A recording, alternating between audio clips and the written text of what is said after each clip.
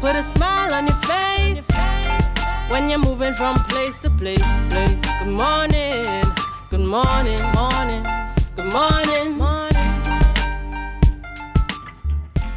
Yes, welcome back, and of course, thanks for staying with us here on Tobago Updates Television.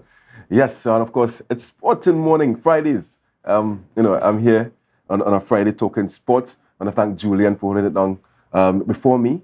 And, we have two interesting interviews this morning. Two young men, fighting the cause for sports here in Tobago, and of course, by extension, Trinidad and Tobago and around the region. Now, first up, we have Mr. Soren Bishop on set. Good morning, Mr. Bishop. Good morning, Marcus. Good morning, Tobago. Yeah, fantastic. And of course, Soren, and another Tobagonian led a Trinidad and Tobago team recently at the NACAC. It's junior, so that's a junior champs in Dominican Republic, right? So the actual competition is the NACAC age group. So that's the North America, Central America, and Caribbean countries, track and field. And we took part in a under 13 and under 15 competition in the Dominican Republic. Yeah, so, and of course, let me extend congratulations to you as being appointed the coach along with Kelsey Toussaint-Reed. Mrs. Kelsey Toussaint-Reed. She couldn't be here this morning, but I know Soren, of course, will share with us how they would have worked together as a team to ensure that Trinidad and Tobago would have actually put in the performances that they would have actually wanted. So Soren, tell me about the experience there. How did the team, impact the tournament or the event itself?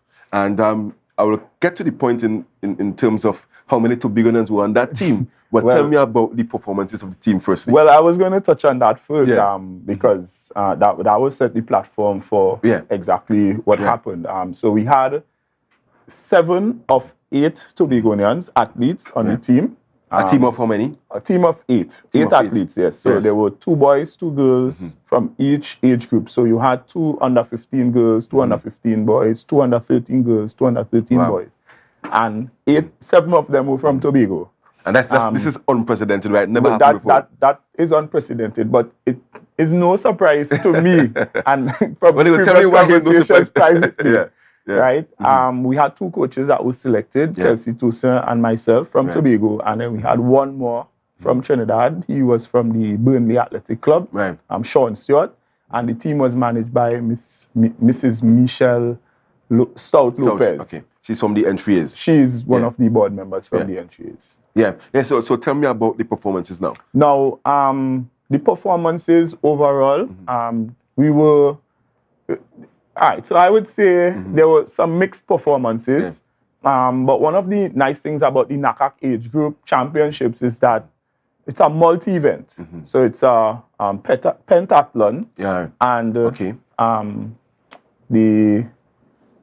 oh gosh, I forget. I don't know why I'm forgetting the name of the set, but it's multi. So you have the 60 meters for the under 13s. You had 60 long jump, high jump, ball throw, and 800 for the girls, and then 1,000 meters for the boys.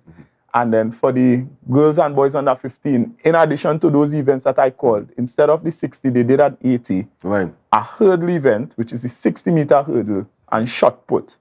And then the boys in the under 15 would do, I think, is a 1,002, which is a 1,200, and the girls in the under 15 would do 1,000. Right. So it was a packed schedule. One of the things I must mention that this year was actually the first year that the NACAC organization decided to do a camp. So the camp lasted from the 12th and the 13th. That would be let me just make sure, that would be the Wednesday and the Thursday, there was a camp. And what the camp really did was focus on some of the weaker events that a lot of the children, not only in Trinidad and Tobago, but across the NACAC region. And what are some of those events that they considered weak? They consider the hurdles and the ball throw to be some of the weaker events. In my estimation, I think that, in the NACAC region, in the Caribbean, I'll give you the thing. In the Caribbean, you would think that ball throw is supposed to be one of our strengths because of cricket, right? But ball throw, when they looked across... Technique-wise, and also the distance, they realized that it was weak. If you ask me from the event, I thought that ball throw was one of the stronger events. From our athletes? From across the region, and that is what they did, across the region. Right. Remember I said NACAC is one of the IAAF or World Athletics regions. Right, and this is part of the athletes' development, especially for young athletes. This is what the NACAC age group competition is about. Right. It's sort of like setting a platform for some future athletes that you would see. So for example, Julien, the girl from St. Lucia, she has all the records in the under 15. Right? I can't remember her name right now. Julian Alfred from St. Lucia, who now holds the NCAA 100 and 200 meters from this year's or last year's NCAA competition. I think it's this year. She holds all the records in the under 15. Right? Right? So it's actually a precursor to some of the careers that you see from future track and field. Okay, so coming out of this NACAC game, because I'm thinking that most of the athletes that would have represented Trinidad and Tobago this time around, this would have been their first major meet. Yes, of that nature. Right. So coming however, one person from the team, Michaela Cupid. Right. I know this is Michaela. Michaela Cupid. She was appointed the captain of the team. Right. She would have gone to Carifta Games this year. She was a part of the girls 4x1, girls under 17 4x1. So it was sort of like an automatic because of her experience. She was named the captain of the team. So tell Tobago, Soren, how we have a national team, because before Tobagonians would say, watch me, Trinidad always picking Trinidadians. No, we have had a situation here, unprecedented, a team of 8. And we had 7 Tobagonians in that team. What would have brought about that number in terms of Tobago versus Trinidad? I think right now there's a sort of awakening in Tobago where track and field is concerned. Track and field and cricket in particular. Trinidad focuses on a lot of cricket. They have cycling. They have a bigger spread. In the Tobago landscape, you see cricket, track and field, and football. So it's a little bit more concentrated. And to be honest, track and field is actually the most successful sport. That is without argument. But because track and field doesn't get the sort of leveraging that we're supposed to get. But a lot of people are now gravitating towards track and field, and you are actually seeing raw talent coming out of Tobago.